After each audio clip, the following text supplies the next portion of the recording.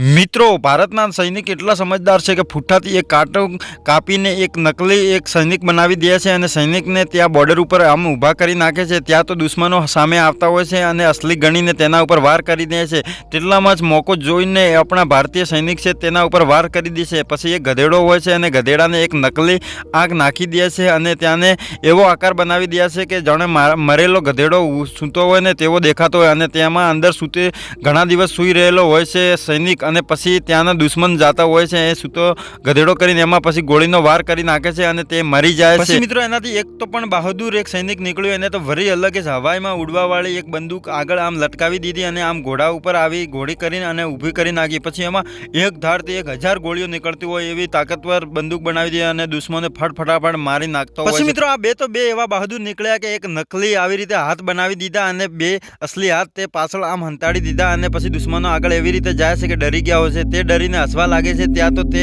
વાર કરવા જાય છે, ત્યાં તો તે પાછળનો હાથ કાઢીને એને મારી નાખે છે।